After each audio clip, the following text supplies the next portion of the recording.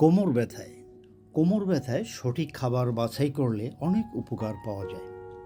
প্রথমে আমাদের প্রয়োজন ক্যালসিয়াম সমৃদ্ধ খাবার, যা আমাদের হাড়কে মজবুত করে। দুধ এবং দুধ থেকে তৈরি খাবারগুলো ক্যালসিয়ামের চমৎকার একটি উৎস। ভিটামিন ডি আমাদের শরীরের ক্যালসিয়ামের শোষণ সহায়ক।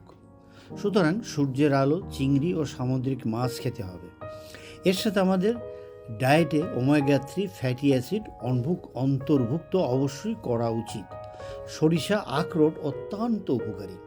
শাকসবজি, বিশেষ করে গ্রিন ভেজিটেবল গ্রহণে সাহায্য করে আমাদের রোগ প্রতিরোধ। ক্ষমতা বাড়াতে স্পিনাচ, ব্রোকলি আমাদের অনেক উপকারে আসে। বাদাম আমাদের শরীরের জন্য স্বাস্থ্যকর ফ্যাট ও প্রোটিনের উৎস। বাদাম নিয়মিত খেলে তা আমাদের শক্তি বৃদ্ধি করে এবং এই শক্তি বৃদ্ধি করতে সহায়তাও করে।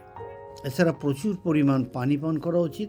ফাইবারযুক্ত খাবার গ্রহণ করা খুব জরুরি।